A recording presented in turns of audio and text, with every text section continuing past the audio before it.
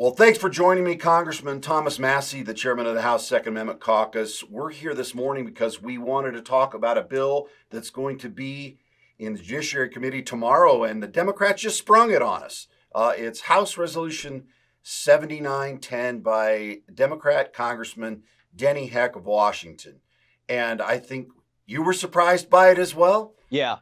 We didn't know about this until yesterday. It's 41 pages. The good news is it's only 41 pages and you can read it. The bad news is you can ban a lot of stuff in 41 pages. Yes. This is like an omnibus gun grab, if you will. Yes. And it does a number of things. Let's talk about the specific things that this does. First of all, it raised the minimum age of purchase of a firearm for a semi-automatic centerfire rifle or semi-automatic centerfire shotgun to 21 years of age with no exceptions, which is a big sea change in law. It largely means sporting rifles and things like that, which are very common in America with law-abiding citizens. Military-age law-abiding citizens can no longer purchase them. Yeah, and I plan to offer an amendment tomorrow. The Democrats may rule it non-germane, so I have to figure out a way to craft it to get it through the rules in the committee. But I plan to offer an amendment to make sure that if you're able to be drafted, then you are able to buy a firearm. Yes, they carved out an exception in this bill for active, members of the military. And I want to add to that exception and see if the Democrats will vote for it, and to say that anybody who's registered with Selective Service is also exempt from this. Because if you're old enough to die for your country, if you're old enough for Uncle Sam to give you an M240 Bravo, then you are old enough and responsible enough to have a firearm to protect yourself and your loved ones. Yeah, pretty silly. But it doesn't stop there. There's a small section on preventing gun trafficking, so-called gun trafficking. Sounds dangerous. Yeah, I'm not for gun trafficking unless they consider me going to Ohio and loaning Uncle Bob, a hunting rifle. So you always have to be suspicious when they write a bill to outlaw something that's already illegal. Yes. Yeah, and at least in your backdrop there, Ohio's just right over that holler there. So, right. Gun trafficking sounds like the movie War Dogs, and you're running guns in a Toyota Technical across the Syrian border and exchanging it for a bag of diamonds. But what we're really Holder. What's that? Like Eric Holder. Like Eric Holder. Furious. Yeah, a little Fast and Furious. You're an ATF agent, in other words. But what we're really talking about in many ways is criminalizing lending your uncle a shotgun, a semi-auto shotgun, or a pistol because he wants to go and use it at the range. And again, I don't know that that's their intention specifically, but that's, I have to wonder, why are they trying to create a new crime for something that ostensibly would already be a crime? That's right. So this is suspicious. Maybe tomorrow's debate in Judiciary will help us understand that.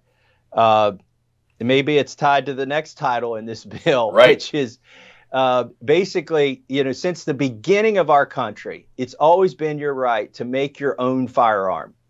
You're not going to a manufacturer. You're sitting down and making it yourself.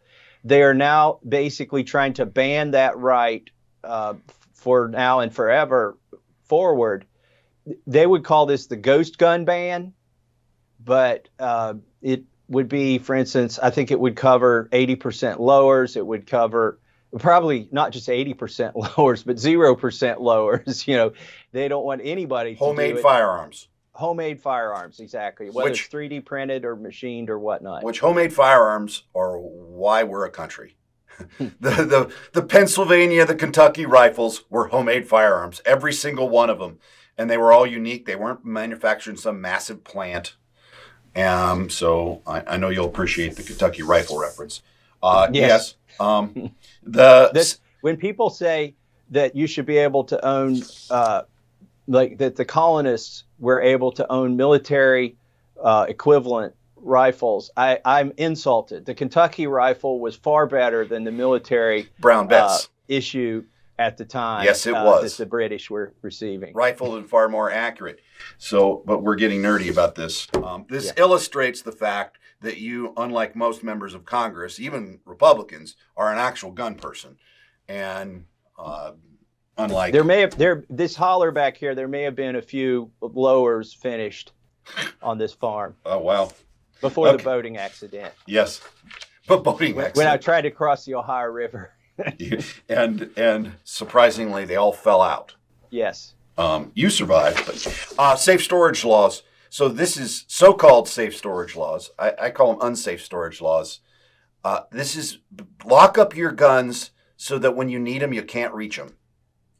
This is one of the most troubling provisions. If you look and boil it down, if you're over the age of 21, maybe you're not concerned that they're raising the age to 21. You should be. But this lock 'em up provision is troubling for several reasons. The first you've alluded to, if you follow the law, this is a heyday for the criminals. They're going to know that any law-abiding citizen is not going to be able to get access to their firearms.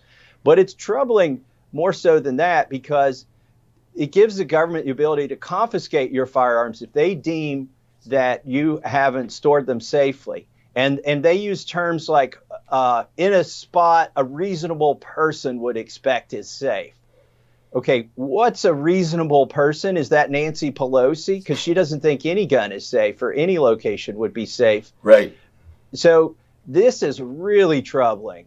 This is where they start claiming the right to come and take your guns if they don't like the way you're storing them. It's quite insidious. It's coming to states all around the country. It's not just Democrats who are acceding to this. They generally are the ones who sponsor it, but it's many Republicans who support this stuff because they desperately want the cow to the mainstream media. That's the concern here, Dudley. We're not sure if the Democrats have 60 votes yet in the Senate.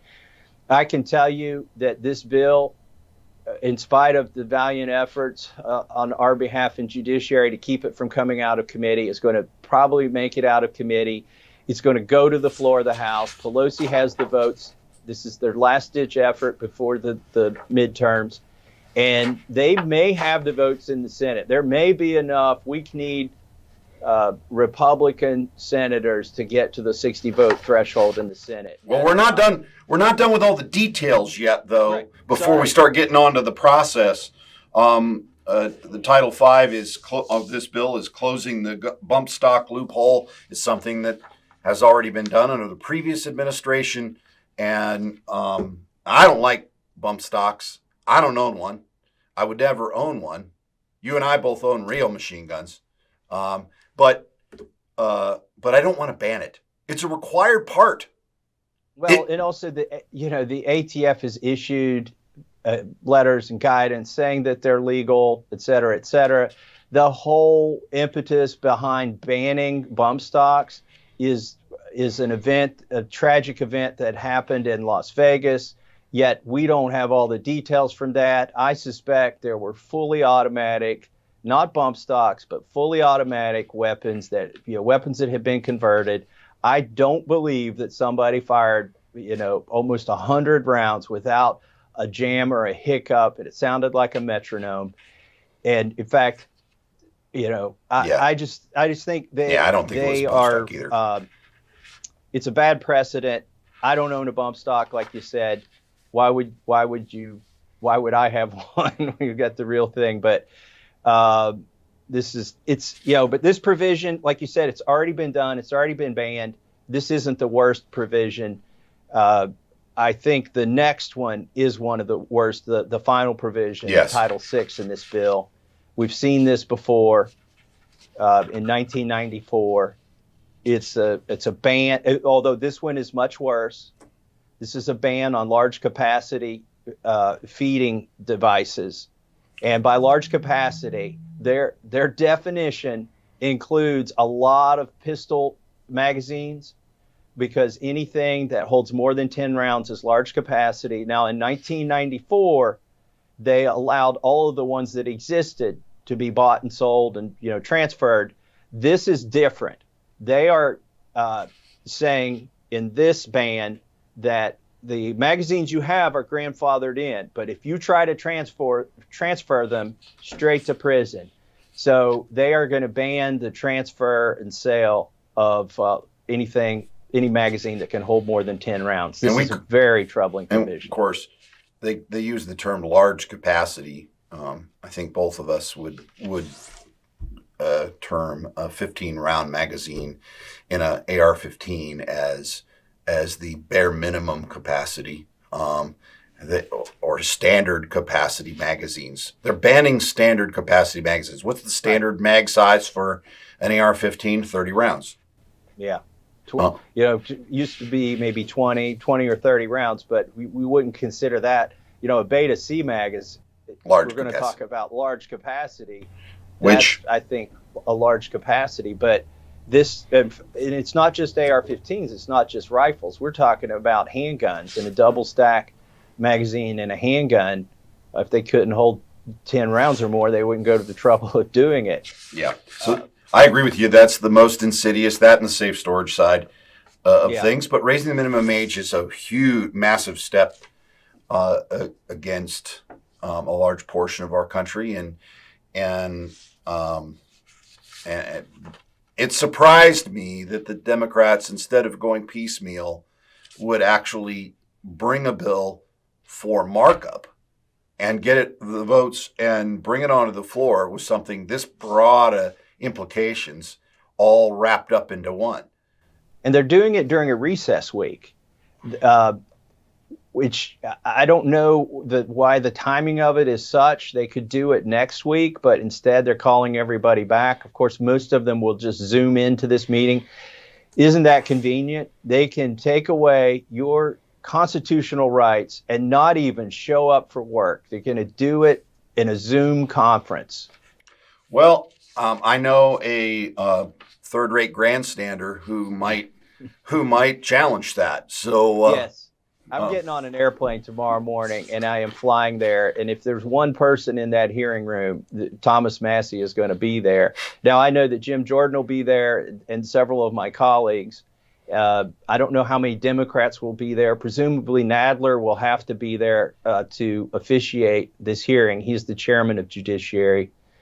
And again, about the process, they'll pass this in the House, and this is the starting offer, basically. And then the Senate can pass something similar. This will put pressure on the Senate to do something.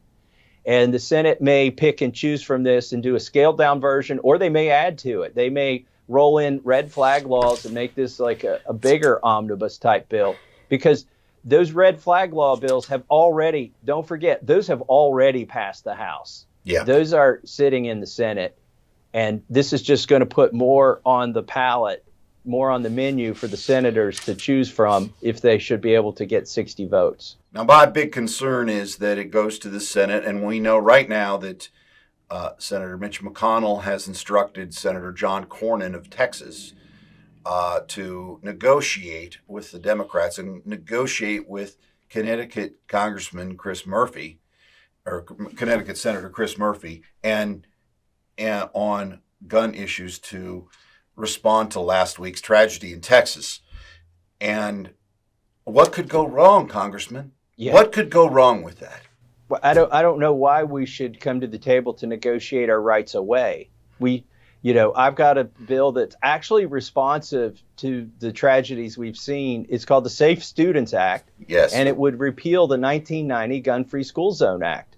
Every criminal, insane, mentally deranged person who walks into a school needs to know that unceremonious and certain death is awaiting them if they target our children.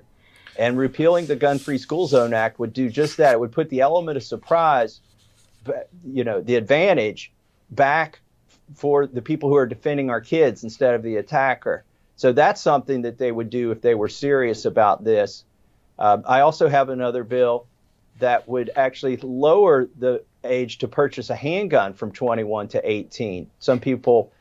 Most of the people who are members of your organization already know this, but you have to be 21 to buy a handgun from an FFL.